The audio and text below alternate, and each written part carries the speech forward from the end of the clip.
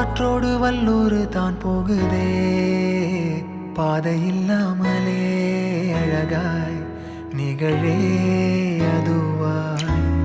நீரின் ஆழத்தில் போகின்ற கல் போலவே ஓசையெல்லாம் துறந்தே காண்கின்ற காட்சிக்குள் நான் மூழ்கினேன்.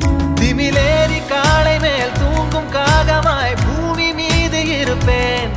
புவி போகும் போக்கில் கை கோர்த்து நானும் நடப்பேன்.